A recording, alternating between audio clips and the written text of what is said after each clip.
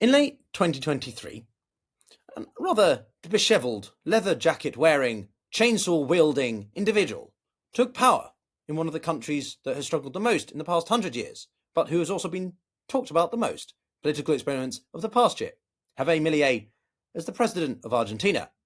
From attempting to tame hyperinflation to slashing public spending, Millet's bold reforms have certainly shocked the system and observers around the world.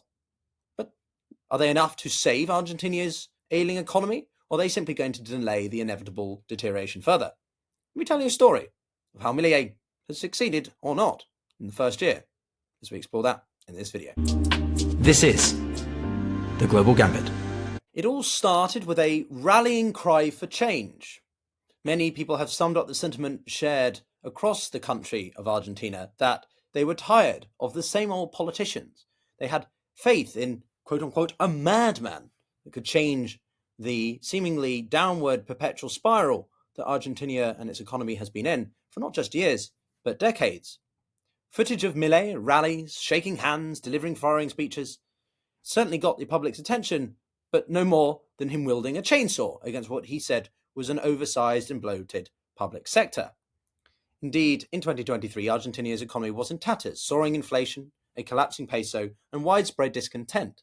Millet, a libertarian economist with no really, what people thought prior government experience, captured that nation's frustration and its hissing eccentricity and his radical ideas that won him the presidency.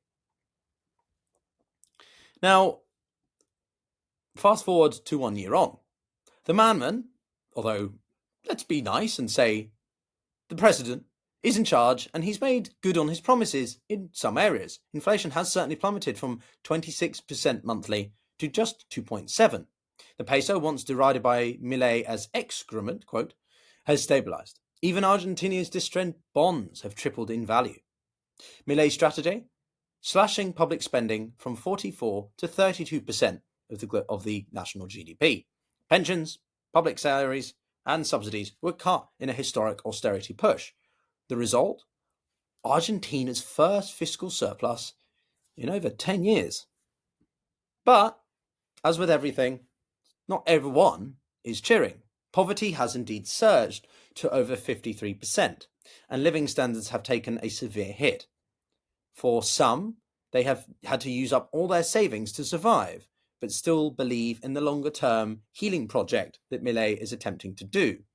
It's simply sort of to gut the economy and the corruption associated with it to really get the economy and country back on to a level playing field.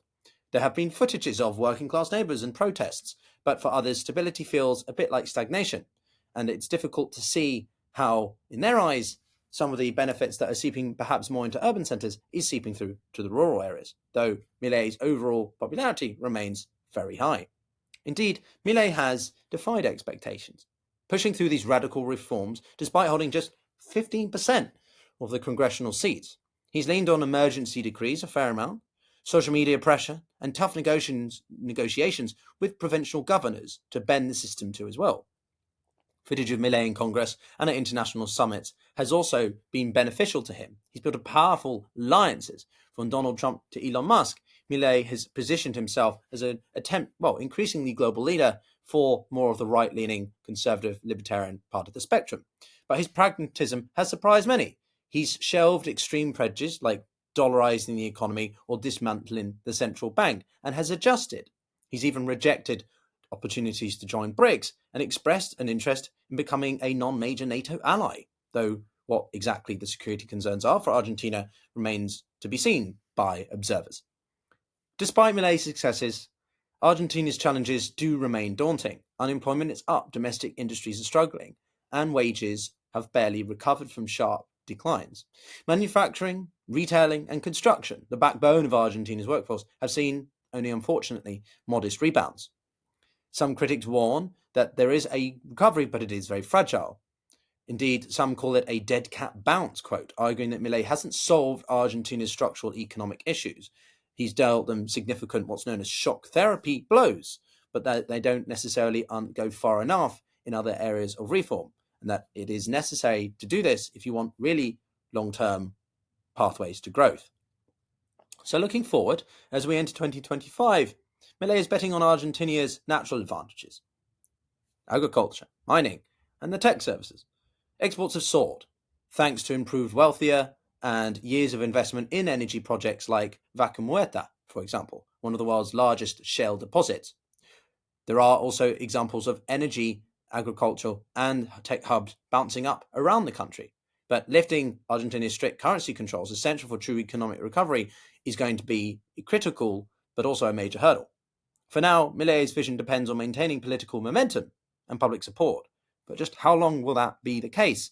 And can Argentinians endure that still further? Javier Milei's first year in office has been nothing short of transformative. From crushing inflation to cutting the state spending, he stabilised a collapsing economy against all odds. Yet the scars of this austerity are already visible and in the minds of many around the world who had to deal with it over many years in the 2010s. And the road to sustainable growth is far from certain.